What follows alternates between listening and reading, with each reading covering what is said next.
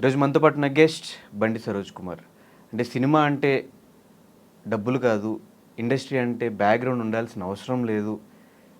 సినిమాకు ఉండే బౌండరీస్ అన్నిటిని పక్కన పెట్టేసి ఒక కామన్ మ్యాన్‌గా సినిమా మీద పిచ్చితో వచ్చి బ్యాక్ టు బ్యాక్ హిట్స్ కొట్టి ఒక్క థియేటర్ రిలీజ్ అవ్వకపోయినా పర్లేదు, నేను డిజిటల్‌లో కూడా రిలీజ్ చేసి మరి హిట్ కొడతా అని ప్రూవ్ చేసుకొని అండ్ ఇప్పుడు 'పరాక్రమం' అనే సినిమాతో మన ముందుకు వచ్చేస్తున్నారు. ఈసారి థియేటర్ రిలీజ్. సో మరి ఈ సినిమా ఎలా ఉండబోతుంది ఏంటి అండ్ బండి సరోజ్ కుమార్ గురించి మరెన్నో విషయాలు తెలుసుకోవడం కోసం నేను చాలా క్యూరియస్‌గా వెయిట్ చేస్తున్నా. ఆయన్ని అడిగి తెలుసుకుందాం. హాయ్ అన్న. హాయ్ హాయ్ ఎలా ఉన్నారు? బాగున్నాం. First of all congratulations. అంటే ఇండస్ట్రీ కోసం పెద్దవాళ్ళ కోసం ఎదురు చూసి పెద్దవాళ్ళ చుట్టూ తిరిగే దగ్గర నుంచి వాళ్ళ ఇండస్ట్రీయే మీ సినిమా కోసం కదిలొచ్చేంత వరకు మీ జర్నీ ఎలా అనిపించింది? అంటే నేను ఫ్యూ ఇయర్స్ బ్యాక్ చాలా ఫ్రస్ట్రేషన్లో నేను నిర్బంధం ఉండడానికి చాలా ఫ్రస్ట్రేట్ అయ్యాను ఇండస్ట్రీ పైన.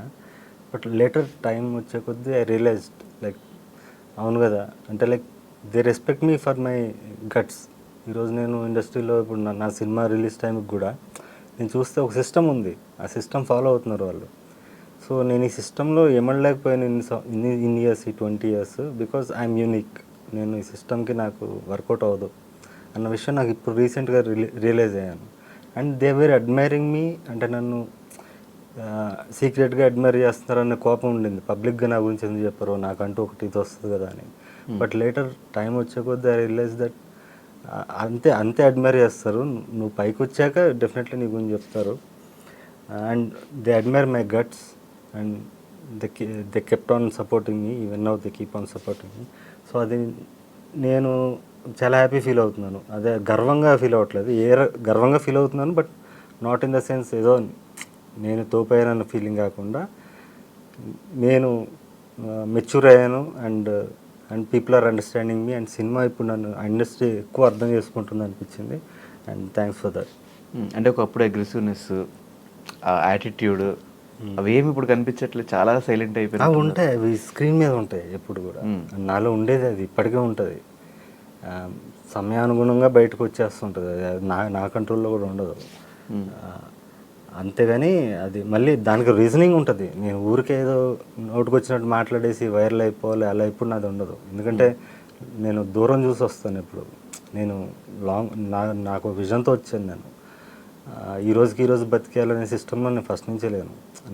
ఈ సినిమా చూస్తే నా ఐడియాలజీ, ఇప్పుడు ఐ మీ మై సెల్ఫ్ అనేది నా ఐడియాలజీ. అంటే నాలాగా ఆలోచించే కామన్ మ్యాన్తో కూడా నేను అంటుంటాను ఎప్పుడు, మీలో ఒకడిని అని. నాకు కామన్ మ్యాన్ మైండ్ సెట్ నాది ఇప్పటికి కూడా. సో నాకు ఆ గర్వం అనేది లేదు ఇప్పుడు.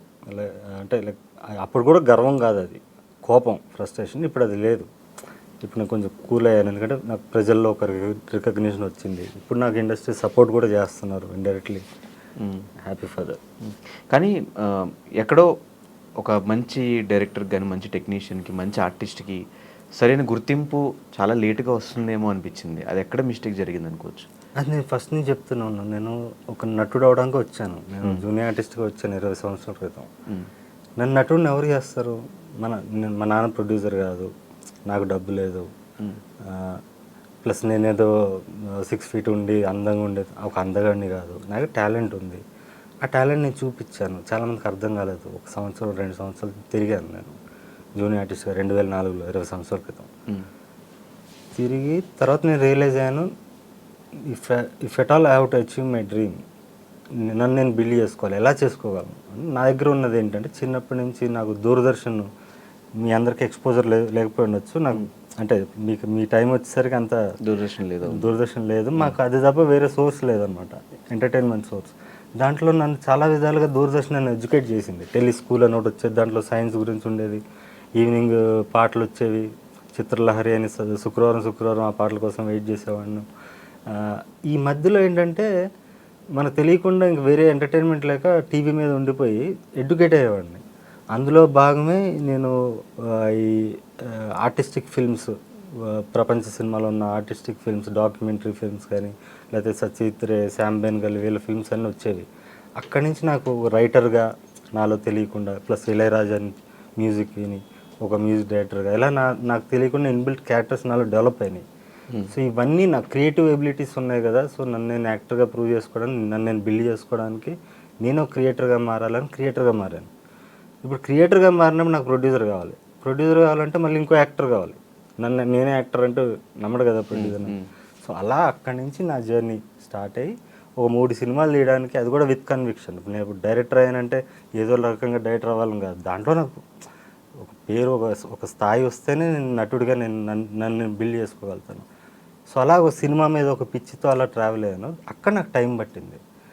రైట్ ఫ్రమ్ నిర్బంధం నేను నటుడిగా నేను ఎప్పుడైతే దిగానో, ప్రొడ్యూస్ చేసి నేనే డైరెక్ట్ చేసుకుంటూ ఇన్ని క్రాఫ్ట్స్ హ్యాండిల్ చేసుకుంటూ దిగానో, అక్కడి నుంచి నాకు ఎక్కడ బ్రేక్ పడలేదు. సో 2020 నుంచి నా కెరీర్ స్టార్ట్ అయినట్టు, నా రెడ్ జర్నీ. అందుకని నా టైటిల్స్ అనేవి రెడ్లో ఉంటాయి. ఇక్కడ నుంచి కూడా అంతే ఉంటాయి. ఇక్కడ నుంచి కూడా అలాగే ఉంటుంది, రెడ్ కలర్. ఓకే, అంటే ఇండస్ట్రీలో నేను వినింది టాలెంట్ ఒకటే కాదు, డిసిప్లిన్ కూడా ఇంపార్టెంట్. మీ విషయంలో జరిగింది, ఈ అబ్బాయికి టాలెంట్ ఉంది కానీ ప్రాపర్ డిసిప్లిన్ లేదు, ఎక్కడ ఏం మాట్లాడాలో తెలియదు, ఏదైనా డైరెక్ట్గా చెప్తాడు. అలా చెప్పడం వల్లే అబ్బాయి ఇంకా స్ట్రగ్లింగ్ పీరియడ్లో ఉన్నాడు. ఇది నమ్ముతారా? అలే, డిసిప్లిన్ ఉంటే నేను ఇలాంటి సినిమాలు డిసిప్లిన్ అంటే వాళ్ళ సెన్స్లో రాంగ్. వాళ్ళు చెప్పే డిసిప్లిన్ మీకు ఎవరు చెప్పారు కానీ అది యారగెన్స్ అనాలి. వాళ్ళ పాయింట్ ఆఫ్ వ్యూ అది యారగెన్స్ అయి ఉండొచ్చు. Yes, I'm arrogant only in film making. Otherwise I'm completely different person. As a human being I'm a different person. అది ఎందుకంటే నేను అనుకున్న సినిమా నేను తీయలేనప్పుడు. ఇప్పుడు ఒక సిస్టమ్, నేను చెప్పాను అదే మీకు, సినిమా అంటే ఒక సిస్టమ్ అయిపోయింది. ఇప్పుడు కార్పొరేట్ వ్యవస్థలు వచ్చేసి ఇండివిజువల్ ఫిల్మ్ మేకర్స్ ఇప్పుడు లేరు, తగ్గిపోయారు. ఒక రామానాయుడు గారు లాంటి ఒక లెజెండ్, ఇప్పుడు అలాంటి లెజెండ్స్ లేరు. ఇప్పుడు సురేష్ బాబు గారు కూడా హ్యాండిల్ చేయలేక, విస్టాండ్ చేయలేక ఆయన కూడా నేను సినిమాలు వదిలేసాను మల్లీశ్వర్ తర్వాత అని ఓపెన్గా చెప్పారు ఆయన. సో అలా ఒక ఇండిపెండెంట్గా ఫిల్మ్ మేకర్స్ ఎవరైతే ఉండేవాళ్ళు, పెద్ద పెద్ద సంస్థలు స్థాపించిన వాళ్ళకంటూ సిస్టమ్ ఉన్నా కూడా స్టిల్ వాళ్ళ కంట్రోల్ ఒకటి ఉండేది, ఒక సింగిల్ మ్యాన్ కంట్రోల్ ఉండేది. ఇప్పుడు అది లేదు. సో దీంట్లో మనం ఏమనలేము, దీంట్లో మనం చేయలేం. కాబట్టి నేను ఇలా స్వతహాగా చేసుకుంటున్నాను, సొంతంగా చేసుకుంటున్నాను. సో అది కొంతమందికి యారగెన్స్ అనిపించచ్చు. ప్లస్ నాకు ఏదన్నా కూడా నిజాయితీగా చెప్పాలనిపిస్తుంది. అదే చెప్తున్నాను, ప్రేక్షకుడి మైండ్ సెట్ నాది, ఇంకా common man mind set. So నీకు ఇతని యాక్టింగ్ నాకు ఎలా ఉంటుంది, బాగుంటుంది అంటే నాకు నచ్చలేదని చెప్తాను. అంటే నాకు అంత అనిపించలేదని చెప్తాను. నచ్చలేదు, ఇతను యాక్టర్గా అనర్హుడు అని ఎప్పుడు ఎవరి గురించి మాట్లాడలేదు. మీరు లేపినంత లేదు అన్నాను. అండ్ తర్వాత రిజల్ట్స్ కూడా అలాగే ఉన్నాయి. సో అలా నేను మాట్లాడేది అప్పటికప్పుడు మీరు కాంటెంపరీగా ఆ ప్రస్తుతానికి మీకు నచ్చకపోయినా కూడా ఫ్యూచర్లో అది జరుగుతుంది.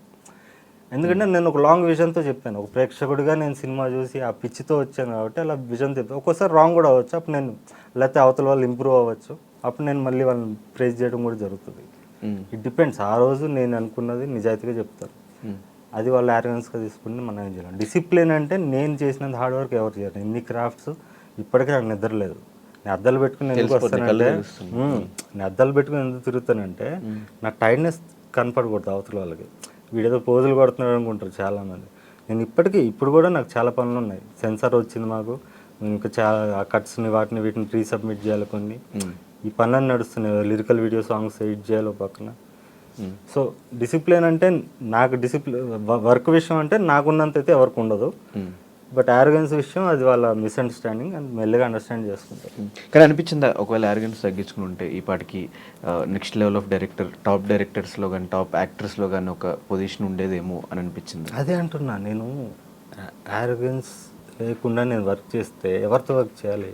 నేనేం చేయాలి? డైరెక్ట్ చేయాలి. ఫర్ ఎగ్జాంపుల్ నేను డైరెక్ట్ చేస్తున్నా, నువ్వు ప్రొడ్యూసర్, నువ్వు వచ్చి నాకు చెప్తావు ఇది ఇలా మార్చు, అది అలా మార్చు, ఆ సినిమాలో ఎలా ఉంది అంటావు. నేను ఆ టైప్ ఆఫ్ ఫిల్మ్స్ చేయను. నా ఫిల్మ్ మేకింగ్ నీకు అర్థం కాదు కదా. సో అక్కడ టీం వర్క్ ఉండదు కదా. మరి అక్కడ నేను డైరెక్టర్గా నేను న్యాయం చేయలేను. నేను ఇలాంటి సినిమా రాదు నీకు. నేను తీసిన సినిమా అంత ఇంపాక్ట్ఫుల్గా దాంట్లో 10% కూడా రావు. నేను కాంప్రమైజ్ అయితే ఇంకెక్కడ కాంప్రమైజ్? నటుడిగా నన్ను గుర్తించలేదు ఎవడు కాంప్రమైజ్ అవ్వడానికి ఫస్ట్. సో నాకు ఎక్కడ నేనేం చేయాలి మరి చెప్పను. నేను చేస్తే నేను టాప్ డైరెక్టర్ అయ్యేవాడినా?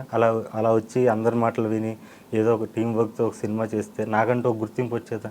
ఈరోజు మాట్లాడుతున్నట్టు నేను కోరుకుంది ఇదే కదా. నేను నిద్రపోయే ముందు గర్వంగా నిద్రపోవాలి. ప్రతిరోజు నేను అనుకున్నది జరుగుతుంది, లేకపోతే నేను విజువలైజ్ చేసుకుని జరుగుతుంది. ఒక్కోసారి ఎదుగుతే పడుతుంది, దాని సొల్యూషన్ ఆలోచిస్తాను. ఇలా లైఫ్ నా ఛాలెంజింగ్ వెళ్తుంది. అదే నేను రిగ్రెట్తో పడుకుంటే రోజు అరే వాడు చెప్పింది పెట్టాను, అరే నేను అనుకున్న షార్ట్ తీయలేకపోయాను, అరే నేను అనుకున్న పర్ఫార్మెన్స్ నేను అనుకున్న కథ రాసుకోలేకపోతున్నాను, వీళ్ళు వచ్చి డిస్టర్బ్ చేస్తున్నారు, నేను అనుకున్న లొకేషన్ దొరకలేదు, వీళ్ళు ప్రొడ్యూసర్ డిస్టర్బ్ చేస్తున్నాడు, మేనేజర్ మైండ్ గేమ్ ఒకటి ఉంటుంది, ఇంకోళ్ళ మైండ్ గేమ్ ఉంటుంది. అంటే మంచి మేనేజర్ దొరికితే వేరు, దొరకకపోతే కోడేటర్ ఒకలాగా ఉంటాడు, కంపెనీ నుంచి వస్తాడు. కోడేటర్ అనే వాళ్ళు సీనియర్, చాలా పెద్ద పెద్ద సినిమాలు చేసిన వాళ్ళు ఉంటారు. నేను చిరంజీవితో చేశాను, వాళ్ళతో చేశాను, కబుర్లు చెప్పుకోవడం ఉంటుంది వాళ్ళతో, వాళ్ళు డామినేట్ చేస్తారు. ఇలా రకరకాలు ఉంటాయి. ఇవన్నీ నేను చూశాను ముందే. నేను జూనియర్ ఆర్టిస్ట్గా ఉన్నప్పుడు ఇదంతా చూశాను. ఈ సిస్టంలో మనం వర్కౌట్ అవ్వదు, నేను అనుకున్న సినిమా తీయలేను. ఇప్పుడు రాజమౌళి లాంటి దర్శకుడు కూడా అన్లెస్ ఆర్జీవి తప్ప, ఆర్జీవి కూడా ఏంటో ఒక ఇగ్నోరెంట్గా నాకు యాక్షన్ కట్ తెలియదు అని వచ్చిన వ్యక్తి ఆరెంజ్ ఫిల్మ్ తీయగలిగాడు, అందరినీ కన్విన్స్ చేసి. అది అలాంటి కమ్యూనికేషన్ స్కిల్స్ ఉండాలి, ఆర్జీవి లాంటి కమ్యూనికేషన్ స్కిల్స్ ఉండాలి. అవి మేబీ నాలో లేకపోయి ఉండొచ్చు, బికాస్ నా ఇంటెన్షన్ డైరెక్షన్ కాదు. ఇప్పుడు RGV main intention was creating films, making films, directing films. నాది అది కాదు మెయిన్. సో అక్కడ నాకు వర్కౌట్ అయ్యి ఉండకపోవచ్చు. కానీ ఇప్పుడు రాజమౌళి లాంటి డైరెక్టర్ కూడా ఫస్ట్ కాంప్రమైజ్ అయ్యి దర్శకత్వ పర్యవేక్షణలో సినిమా చేసిన సినిమానే స్టూడెంట్ నెంబర్ 1. తర్వాత ఆయన ఇండిపెండెంట్గా, ఇండివిజువల్గా ఆయన ఎదిగాడు. సో అలాంటి సపోర్ట్ కూడా ఉంది. సో నేను అలా ఆ రేంజ్లో వెళ్ళాలంటే కష్టం, నా వల్ల అయ్యేది కాదు. Unless I have a proper psychological support and maybe great communication skills like RGV నాకు లేకపోయి ఉండొచ్చు. ప్లస్ ఆయనకు కూడా బ్యాక్గ్రౌండ్ ఉంది, వాళ్ళ ఫాదర్ కూడా ఒక sound engineer, senior sound engineer, Annapurna studio. నేను జూనియర్ ఆర్టిస్ట్ని కదా, నాకు ఎలా గుర్తుంది?